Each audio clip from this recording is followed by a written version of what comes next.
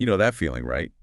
When you're absolutely sure about something, just know it's the right call. And then, bam, reality hits you with something completely unexpected. Oh, yeah. Happens all the time. Maybe a gut feeling that just didn't work out. Or that investment that felt like a sure thing, then wasn't. It gets us all. It really does. And it turns out our brains have these, well, almost sneaky ways of working, little shortcuts. Shortcuts that can sometimes lead us down the wrong path without us even noticing. Exactly. Welcome to the deep dive. Today we're diving into some really fascinating research all about how we actually think and, make decisions. We've pulled together some great stuff here, and we're zeroing in on 7 specific cognitive biases. Biases, like predictable patterns in our thinking. Precisely. Patterns that shape how you understand things, how you act, often completely under the radar. Think of this as your quick guide to getting these powerful ideas. And if you're someone who likes to get to the heart of things quickly but thoroughly, well, this deep dive is definitely for you. Yeah, we're aiming to break down these, let's face it, sometimes complex ideas into really understandable nuggets. Looking for those aha moments, Yeah. right? Stuff that sticks, but without wading through tons of jargon. That's the plan. Get ready for maybe a fresh look at how your own mind operates. So we're tackling 7 of these sneaky brain tricks, as you called them. We are. Looking at how they influence the way we process information, the choices we make, drawing on some really solid work in cognitive science. And understanding these isn't just like an academic thing. Not at all. It can genuinely make you a more informed, more effective thinker in, well, pretty much all parts of life. Okay, so what's the roadmap for today? What are these 7 tricks? All right. First, we'll look at how our brain kind of operates on 2 speeds, a fast lane and a slow lane, basically. Okay. Then we'll get into why we so often jump to conclusions, Mhm. based on just a little bit of info. The WISAID thing. We'll touch on that, yeah. And the mental shortcuts heuristics our brain uses all the time and their potential downsides. Got it. Shortcuts. Then there's that feeling of being totally sure of ourselves. Maybe a bit too sure sometimes. Overconfidence. That's part of it. And how simply the way information is presented, how it looks, can change our minds completely. Framing, right. We'll also hit on why losing something feels so much worse than gaining the same thing feels good. Ouch. Loss aversion. I feel that one. Don't we all? And finally, why it's so important to look at the big picture, the broader trends when we're making plans. The outside view. Wow, okay. That's quite a list. Each one sounds like a deep dive in itself. They are, but they all connect to give us this amazing picture of how our minds work. All right, I'm ready. Let's dive into the first one then. This idea of the fast brain and the slow brain. Okay, so this comes from what's called the dual system model of thinking. Think of it as having 2 modes. System 1 is the fast brain. Fast brain. It's automatic, effortless, often runs without you even consciously thinking about it, like what's 2 plus 2? 4, instantly. Exactly, you didn't have to work it out. That's system 1. Then there's system 2, the slow brain. Slow brain. Okay, so that's the opposite. Right, deliberate, effortful, needs your focused attention. Like trying to solve a really complex math problem or a tough Sudoku puzzle. I see. Yeah. Like cruise control versus actually driving and navigating tricky traffic. That's a great analogy. So for you, the learner, why is understanding this distinction actually useful? Yeah, how does it help? Well, knowing about these 2 systems helps you notice when you might just be coasting on that quick, intuitive system 1, and when a situation really needs you to hit the brakes and engage the more analytical system 2. So being more aware of how I'm thinking. Exactly. And that brings real benefits. For everyday, low-stakes stuff, your fast brain is super efficient, quick decisions. Makes sense. You can also learn to trust those gut feelings sometimes if they're based on solid experience. But crucially, you also learn to spot when it's vital to pause, step back, and let the slow brain do its work. Really analyze things. And it saves mental energy too, right? Letting the fast brain handle the easy stuff. Absolutely. You can serve that effort for the tasks that genuinely need it. Okay, that clicks. Being strategic with our thinking power. But what if we, don't really grasp this? What are the downsides? Good question. Without that awareness, you might make snap judgments on really important things without really thinking them through. Right, relying too much on the gut feeling when it's not appropriate. Yeah. And you could be more easily swayed by, say, persuasive ads or arguments that just appeal to your emotions or feel familiar. Without critically evaluating them with the slow brain. Exactly. And just by operating on autopilot too much, relying on System 1, you could easily miss important details, things that might change your whole perspective. Okay, got it. So how does this fast, slow thinking play out in the real world, like in U.S. businesses? Oh, businesses are very aware of this. Think about website design. Companies like Google, they focus on super simple, intuitive interfaces. To make it easy, engage the fast brain. Precisely. Effortless use. Or catchy slogans, jingles. They're designed to stick in your head, bypass the slow brain, create instant positive feelings. And those limited time offers. Classic System 1 trigger. Creates urgency, encourages a quick decision before the slow brain can really weigh the pros and cons. Interesting. So where do competitors mess up if they don't get this? Well, think about a website that's just cluttered, confusing, makes you work to find anything. Frustrating. You just leave. Exactly. It annoys the fast brain's desire for ease or marketing messages that are really dense, complex. Too much effort to understand. Right. They just don't stick. And if promotions don't create any sense of urgency, people put it off, forget about it. You haven't nudged System 1. So for someone listening, maybe running a business or involved in one, how can they use this fast, slow brain insight? The key is clarity and ease. Make your products, services, communication really easy to grasp initially. Appeal to that fast brain. Get their attention quickly. Yes. But at the same time, provide the deeper, comprehensive info for those who want to engage their slow brain. Detailed specs, reviews, comparisons. Cater to both systems. Like great packaging that grabs you, plus the detailed nutrition label on the back. That's a perfect example. You need both for different people and different stages of the decision. Okay, really valuable stuff. Okay. Let's shift to the second brain trick then. This tendency we have to, well, jump to conclusions. Right. This one's everywhere, and it ties right back into that efficient, sometimes too efficient, fast brain. We call it jumping to conclusions, or sometimes WYSIAD. WYSIAD. What's that stand for again? What you see is all there is. Ah, right. What you see is all there is. It basically means our brain loves to create a neat, coherent story based only on the information immediately in front of us. Even if that information is incomplete or biased. Especially then. The brain just fills in the gaps to make it make sense, quickly. Can you give a quick example? Sure. Say you see someone trip on the sidewalk. Your immediate thought might be, wow, clumsy person. Yeah, probably. But WYSIAD means you're basing that only on what you saw the trip. You haven't considered maybe the pavement was uneven, maybe they were avoiding something, maybe they have an injury. You just saw the trip and that became the whole story in your head. Exactly.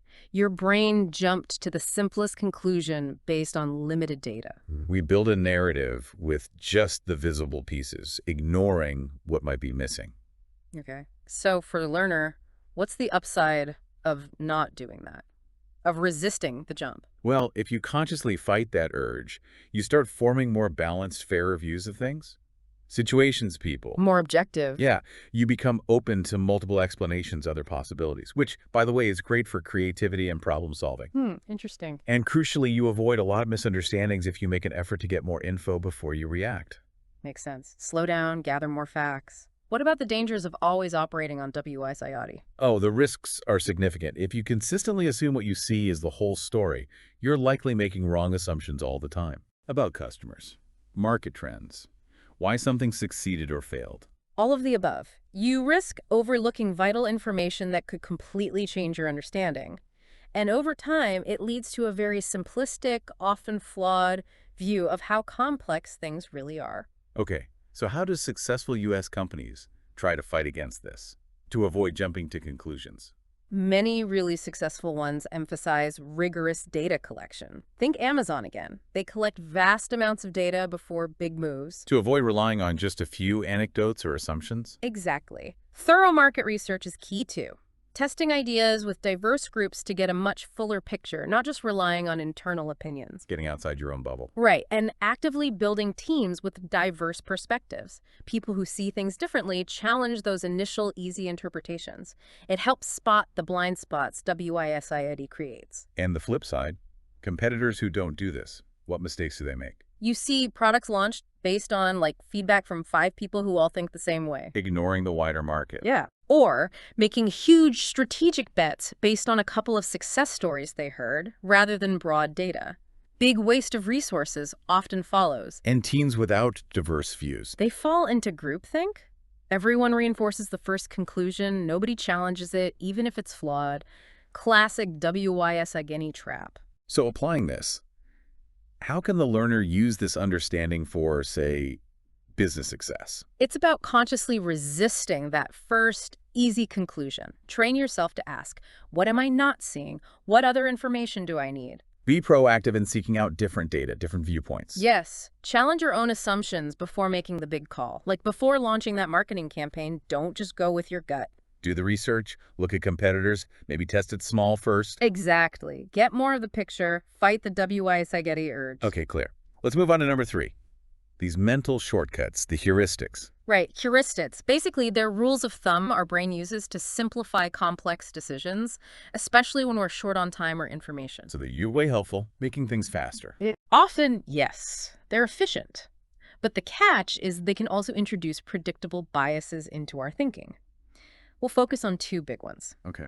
First, the availability heuristic. Availability. This is our tendency to overestimate how likely or common something is based on how easily examples come to mind. Ah, okay. So if you see lots of news reports about plane crashes, You might start feeling like flying is much riskier than it statistically is compared to, say, driving. because the plane crash stories are vivid, recent, easily available in your memory. Precisely.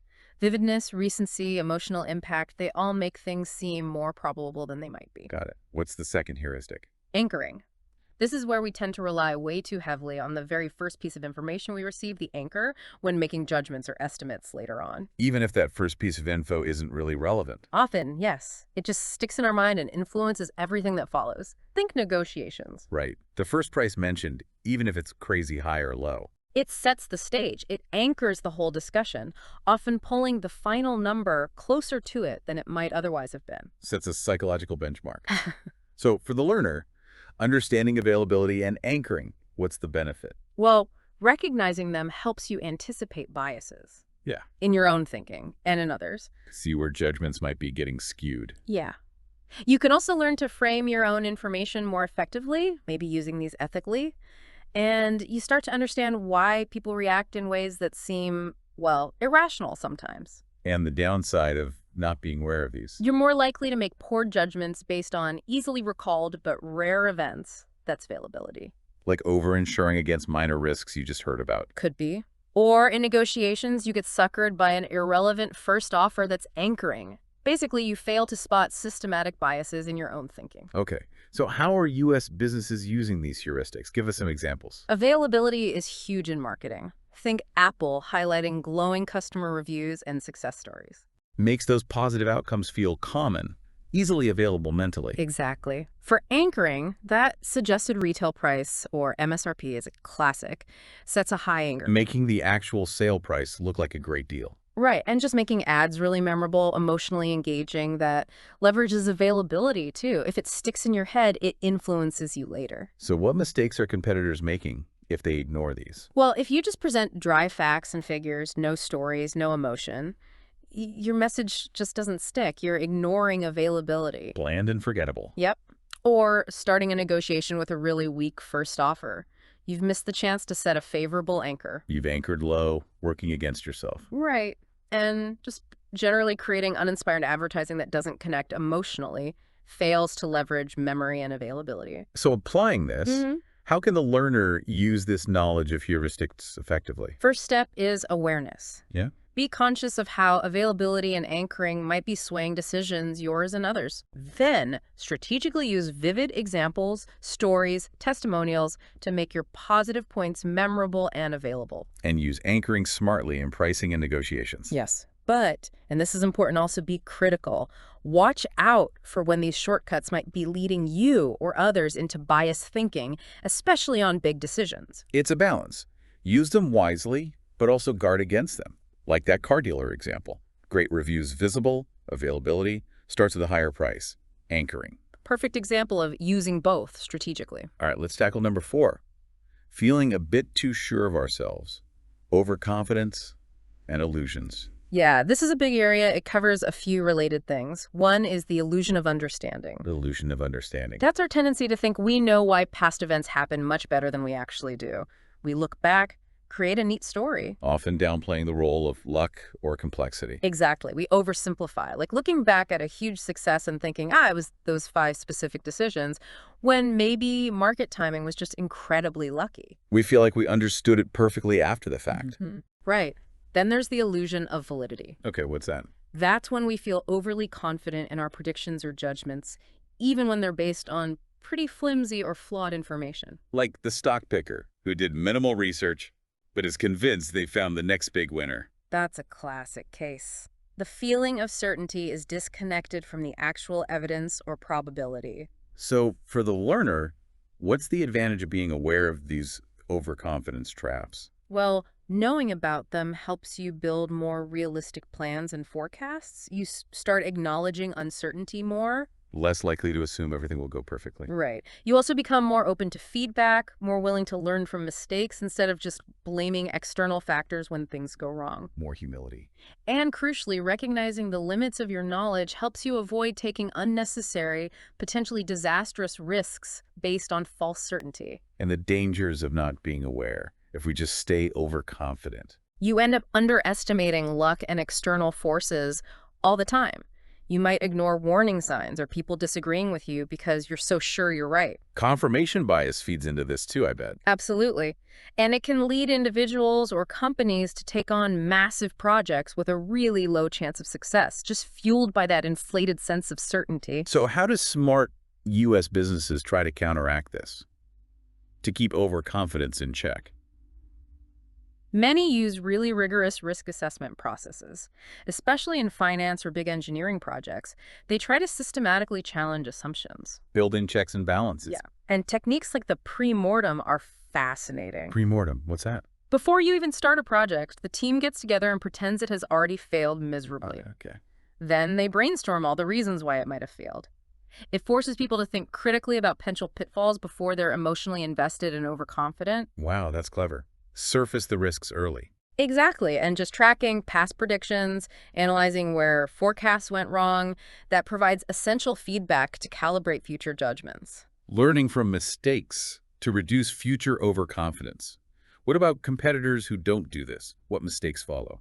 You see, ambitious projects launched purely on gut feeling and optimism without proper due diligence often ends badly. Ignoring the red flags. Or dismissing negative feedback from customers or the market because we know best that strong belief in their initial vision overrides reality. And financial projections. Often wildly optimistic, not grounded in realistic market assessment or risk analysis, just pure overconfidence on a spreadsheet. So applying this, how can the learner use this to be more successful? Foster a culture, even if it's just within yourself, that values critical thinking and, frankly, intellectual humility. Don't equate confidence with competence. Exactly. Build processes that encourage questioning assumptions, analyzing risks rigorously, and learning from both success and failure, and actively seek that outside view we mentioned. Look at data from similar situations, not just your own optimistic plan. Right. Before launching that new product, don't just rely on internal excitement.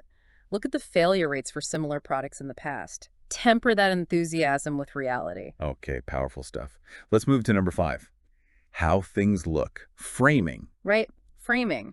This is subtle but incredibly powerful. It's all about how information is presented. The way you say something. Exactly. Even if the core facts are identical, the language, the context, the emphasis, it can totally change how we perceive it and what we decide. Give us that classic example again, the medical one. Sure. A doctor says a treatment has a 90% survival rate. Feels good, right? Sounds appealing. Yeah, positive. But if the same treatment is described as having a 10% mortality rate? Ooh, yeah. Feels riskier. Less appealing. Even though it's the exact same outcome statistically? Mm-hmm. The framing survival versus mortality changes our emotional reaction and potentially our choice. Wow. Same info, different feeling, different decision, potentially. So, for the learner, what's the benefit of getting a handle on framing? Understanding framing lets you communicate your own ideas more persuasively. You can choose frames that resonate better. Present things in a more impactful way. Yes. And you become more aware of why different presentations of the same options lead to different choices, both in yourself and others. And maybe even design choices to nudge towards better outcomes. Potentially, yes. Thinking carefully about how options are presented. What about the downsides of being unaware of framing's power? You might accidentally present information in a way that discourages the very response you want. Poor framing can undermine your goals. You're also much more vulnerable to manipulation by others who are using framing strategically to sway you. You don't realize how the presentation is influencing you. Right. And sometimes different frames can hide the fact that two options are actually very similar underneath, making comparison harder. Okay. How do U.S. businesses use framing strategically? Marketing, again, is full of it, emphasizing gains and benefits, not potential losses or costs. That's a positive frame. Focusing on what you get. Right. Or the original price versus sale price thing we mentioned with anchoring. That's also framing the purchase as a big saving. Makes the deal look better. And using default options, like automatic subscription renewals unless you actively opt out. That frames staying as the default, the easy path. Exactly. It leverages inertia and frames continuation positively. Very effective. So what mistakes do competitors make if they're clumsy with framing? They might focus too much on the costs or difficulties of their offering instead of the benefits, a negative frame. Scaring customers away accidentally. Or just failing to clearly state their value compared to others. Poor framing makes their offer seem less compelling. Doesn't stand out. And not using defaults or other nudges effectively to guide customers towards actions that benefit both parties. So applying this, how can the learner use framing for success? Be really deliberate about presentation. How do you talk about your product, your service, your ideas? Think about the audience and frame it positively for them. Highlight the gains. Yes. Understand that different frames work differently, and keep an eye on how competitors are framing their messages so you can position yours effectively. Like that insurance example. Huh. Protect your family's future, gain frame, versus focusing on disasters, loss frame. Perfect illustration. Choose the frame that motivates. All right, on to number 6. This one hits home for me. Losses hurt more. Loss aversion. Oh, absolutely. This is fundamental loss aversion. The psychological pain of losing something is just felt much more intensely. Than the pleasure of gaining something of the same value. Exactly. It's not symmetrical. Losing $20 just feels significantly worse than finding $20 feels good. Often like twice as bad. It really does sting more. And tied into this is the endowment effect. Endowment effect. That's our tendency to overvalue things simply because we own them. Once it's mine, it suddenly seems more valuable. Oh, like that old chipped mug you refuse to throw out. Worthless to others, but valuable to you because it's yours. Precisely. Ownership adds this extra layer of perceived value. We don't want to lose what we possess. Okay, so for the learner in a business context, why is understanding loss aversion so useful? It's huge for strategy. It helps you design offers that minimize the perceived risk of loss for your customers. Makes it feel safer to buy. Reassure them they won't lose out. Yeah. And it helps you craft marketing messages. Often, highlighting what people might miss out on if they don't act is very powerful. Playing on that fear of loss. Right. And it helps explain resistance to change, why people stick with the familiar even if something new is better. They fear losing the comfort of the old. What about the downsides of ignoring loss aversion? You might fail to address people's underlying fear of making a bad choice, of losing their money or time. Your offer seems too risky. Exactly. You miss chances to create urgency by highlighting potential losses, missing a deadline, missing a special offer. The FOMO factor, fear of missing out. That's driven largely by loss aversion. And you might just misunderstand why customers aren't switching to your obviously superior product if you don't see the psychological barrier or potential loss they feel. So how do smart U.S. businesses leverage loss aversion? Money-back guarantees are a prime example. Directly tackles the perceived risk of financial loss. It makes the purchase feel safer. Limited time offers, exclusive deals, flash sales all create scarcity and leverage FOMO, that fear of losing the opportunity. Urgency again. And free trials that automatically roll into paid subscriptions. That uses both. You fear losing access, loss aversion, and you already feel some ownership. Endowment effect. Clever. Sneaky, but effective. What mistakes do competitors make here? Having really strict return policies increases perceived risk, turns people away. Makes buying feel dangerous. Not creating any sense of urgency or exclusivity, their offers just sit there, no reason to act now. They're not tapping into FOMO. No pull. And while making cancellations super difficult might seem smart for retention, it can backfire badly, creates resentment, terrible word of mouth, angers people who feel trapped. Okay, so applying this, Yeah. how can the learner use loss aversion effectively? Focus on minimizing perceived risk. Offer guarantees, easy returns, free trials. Make it feel safe. Lower the barrier to entry. Yes. Use FOMO strategically in your marketing limited offers, early bird specials. Highlight scarcity. Create that gentle pressure. And understand the power of ownership. Make switching to your product feel like a seamless gain, not a risky loss of their current setup. Make the transition easy and appealing, like that free software trial. 0 risk to start. Okay, number 7, the final one for today. Look into the big picture, the outside view. Right. This is so critical, especially for planning and forecasting. When we're deep in our own plans, focused on our own team, our own brilliant idea, that's the inside view. Focus on the specifics of our situation.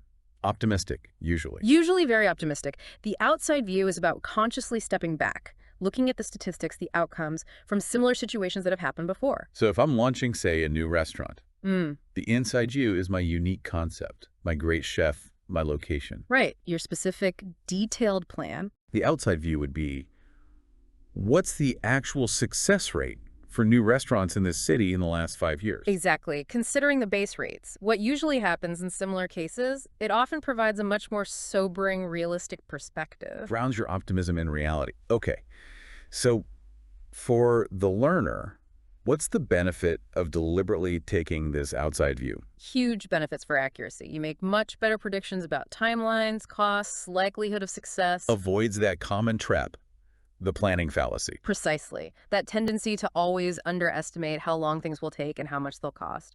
The outside view is the antidote. It tells you what happened last time someone tried something similar. So it helps you make a more informed gonna-go decision too, based on actual odds. Absolutely. Is this venture actually likely to succeed given the historical track record? And the dangers of sticking only to the inside view, ignoring the outside perspective. Leads straight to overly optimistic plans, underestimating challenges, setting unrealistic deadlines and budgets, increases the risk of failure dramatically. Setting yourself up for disappointment, or worse. And it makes it harder to pull the plug on failing projects. Because your inside view is still optimistic, you ignore the broader pattern of failure shown by the outside view. You fall prey to sunk costs. Keep throwing good money after bad, because you haven't looked at the statistics. So how do successful U.S. companies try to build in this outside view? Many use historical data rigorously. Construction, tech, pharma, they analyze past projects to estimate future ones better. Learning from their own history. Yes. And when entering new markets, big players like McDonald's study industry benchmarks, competitor performance, getting that external perspective. Not just assuming their model will work anywhere. And seeking advice from experienced mentors or consultants, people who've seen similar ventures succeed and fail. They bring that valuable outside view. And the mistakes competitors make by neglecting it. Setting those crazy, unrealistic deadlines and budgets because they have no historical context. Planning in a vacuum. Entering crowded markets with no real edge, ignoring the low odds for newcomers, just pure inside view optimism. Or just sticking with failing ideas for way too long because they haven't looked at market trends or what happened to others who tried the same thing. Exactly. Ignoring the clear signals from the outside view. So applying this, how can the learner use the outside view effectively? Before making big strategic calls or launching something new, actively seek out the relevant data. What are the base rates? What happened to others in similar situations? Don't just trust the internal enthusiasm. Go find the external reality. Yes. Balance your optimism with objective analysis. Learn from others' successes, but maybe even more from their failures. Like that startup founder researching success rates before pitching, not just relying on their passion. That's the smart way. Ground your inside view enthusiasm with the outside view data. Wow. Okay, that's 7. A lot to think about there. It really is. So just to quickly recap, we've covered these 7, let's call them influential patterns in our thinking. Right. The fast and slow brain. Jumping to conclusions, or WYSIAD. Those mental shortcuts. Heuristics like availability and anchoring. Feeling too sure, overconfidence and illusions. The power of framing, how things are presented. Loss aversion, hating losses more than loving gains. And finally, the importance of the outside view. Looking at the big picture. And understanding these, for you, the learner, isn't just interesting trivia. No, it feels genuinely useful. like tools for better thinking. Exactly. It can empower you to be more critical, more nuanced, maybe just more effective in how you evaluate information and make choices, both at work and just, well, in life. Hopefully folks listening have had a few of those aha moments we talked about. I know I have. Me too. Revisiting them always sparks something, so maybe the takeaway is to start reflecting. As you go about your week, notice, could these biases be playing a role here? In my own thinking, or how information is being presented to me. Both. And maybe ask yourself, now that I'm more aware of these cognitive quirks, how might I approach my next really important decision just a little bit differently? That's a great question to ponder. A practical application. And hey, we've only scratched the surface. Behavioral economics, cognitive psychology, there's so much more fascinating stuff out there if this has piqued your interest. Definitely food for thought. Well, thanks for taking this deep dive with us today into these sneaky brain tricks. My pleasure. Hope it was insightful. We certainly hope these insights give you a fresh perspective as you navigate everything coming your way. We'll catch you next time for another deep dive. You know that feeling, right? When you're absolutely sure about something, just know it's the right call. And then, bam, reality hits you with something completely unexpected. Oh, yeah. Happens all the time. Maybe a gut feeling that just didn't work out. Or that investment that felt like a sure thing, then wasn't. It gets us all. It really does. And it turns out our brains have these, well, almost sneaky ways of working, little shortcuts. Shortcuts that can sometimes lead us down the wrong path without us even noticing. Exactly. Welcome to the deep dive. Today we're diving into some really fascinating research all about how we actually think and, make decisions. We've pulled together some great stuff here, and we're zeroing in on 7 specific cognitive biases. Biases, like predictable patterns in our thinking. Precisely. Patterns that shape how you understand things, how you act, often completely under the radar. Think of this as your quick guide to getting these powerful ideas. And if you're someone who likes to get to the heart of things quickly but thoroughly, well, this deep dive is definitely for you. Yeah, we're aiming to break down these, let's face it, sometimes complex ideas into really understandable nuggets. Looking for those aha moments, right? Stuff that sticks, but without wading through tons of jargon. That's the plan. Get ready for maybe a fresh look at how your own mind operates. So we're tackling 7 of these sneaky brain tricks, as you called them. We are. Looking at how they influence the way we process information